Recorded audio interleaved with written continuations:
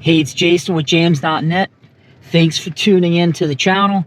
I am on another adventure today, and this adventure is leading me not to chasing a car, but I'm chasing a piece of real estate. This is a 1920s Ford dealership. So it's an old dealership that Ford had in the 1920s. So think Model Ts and all that cool stuff.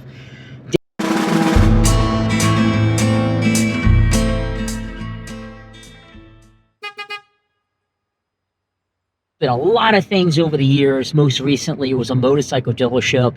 It has a full service bay entrance at the lower level. It has the showroom. There's a garage slash warehouse on the property, and there's also some residential rental properties. Now, I want to be honest with you. I had no intent of buying any real estate, but it popped up. The price is a lot more than I want to pay, but the numbers make sense if I even maybe get an investor to go with me. But I think I'm just more intrigued right now to look at it.